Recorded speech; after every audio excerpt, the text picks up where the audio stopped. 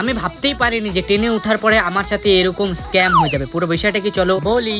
Hello, আমার নাম বিভু, আর যেমনটা কি তোমাদেরকে বলছিলাম যে এটা মুম্বাই, তাই নিয়ে আসলাম আর একটা ব্লগ। চলো আজকের ব্লগটা আমি শুরু করি আর তোমাদের সাথে শেয়ার করি আমার এই এক্সপিরিয়েন্সটা, যে কেমন কি কিসের জন্য আমি যাচ্ছি মুম্বাই। তোমরা সবাই এটা জানতে এক্সাইটেড তো? আচ্ছা বলছি, চলো আগে ভিডিওটা কন্টিনিউ করি। আজকে যে আমরা জার্নিটা করব সেটা প্রায় হচ্ছে 2000 কিলোমিটারের চেয়েও বেশি একটা ট্রাভেল, যেটা আমরা করব ট্রেনের মাধ্যমে, যেখানে খাওয়া হবে, মজা হবে এবং হবে অনেক ট্রাভেল। সাথে আছে আমার বাবা এবং আমরা দুজনেই যাচ্ছি মুম্বাই। ট্রেনে তো উঠেছিলাম সকালবেলা, কিন্তু যত দুপুর হচ্ছে তত গরমটা একটু বেশি অনুভব হচ্ছে। সত্যি বলতে দুর্গাপূজার টাইমে মুম্বাই যাওয়ার প্ল্যান তো ছিল না, কিন্তু কি করব, কপালের সব দোষ, কিছু করার। ভগবানের যেটা ইচ্ছা আছে সেটা তো হবেই, তো সেটাকে মাথা পেতে নিতেই হবে আমাদেরকে।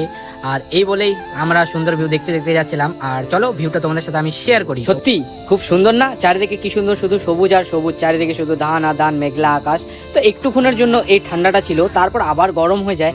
আর কি বলবো, এত লেভেলের গরম বলার বাইরে। তারপর বলতে বলতে আমরা চলে আসলাম একদম সোজা ফারাক্কা ব্রিজ। এই ব্রিজটা কিন্তু প্রায় 108টা গেট রয়েছে গাইস। হ্যাঁ, 108টা, যেটা পার করতে কিন্তু আমাদের 5 থেকে 10 মিনিট, কারণ ট্রেনটা চলতেছিল 20 স্পিডে, কারণ ট্রেনের স্পিড লিমিট ছিল 20, সেই জন্য। আর পাশে কিন্তু আরেকটা নতুন ব্রিজ তৈরি হচ্ছে। ইয়েস গাইস, এটা এখনো কমপ্লিট হয়নি, বাট খুব তাড়াতাড়ি কমপ্লিট হয়ে যাবে। তো যাই হোক, আজকের ব্লগটা এতটুকু দেখাচ্ছে। নেক্সট পার্টে ততক্ষণ সাবস্ক্রাইব করে নাও, আর ফেসবুক থেকে দেখলে অবশ্যই ফলো। তাড়াতাড়ি পার্ট 3 আসবে, ততক্ষণের জন্য বাই।